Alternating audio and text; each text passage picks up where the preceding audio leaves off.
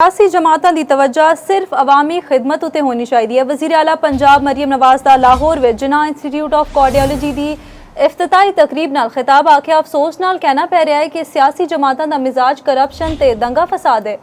مینوں پتہ ہے سرکاری ہسپتالوں میں لوکاں تو پیسے لیتے جا رہے ہیں، ہسپتالوں کے نظام نو بہتر بنانے کی کوشش کر رہے ہیں۔ یہ سمجھتی ہوں کہ آپ کا جو سیاسی جماعت ہے اس کا پرائم کام جو ہے وہ فوکس جو ہے وہ خدمت پہ ہونا چاہیے، ڈیلیوری پہ ہونا چاہیے، پرفارمنس پہ ہونا چاہیے، عوام کے ساتھ خدمت کے تھرو ایک رشتہ جوڑنے پہ ہونا چاہیے۔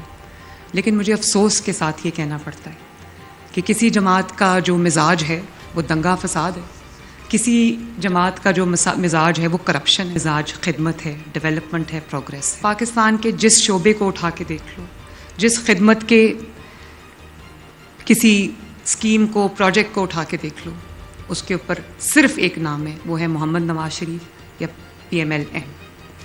تو کاش اور جماعتیں بھی یہ کام کر رہی ہوتی تو جو ملک ہے وہ تیزی سے ترقی کر رہا ہے۔ میں بھی ہارٹ ٹرانسپلانٹ سینٹر کا افتتاح کر کے آئی ہوں اور بہت مہنگا ٹرانسپلانٹ ہے۔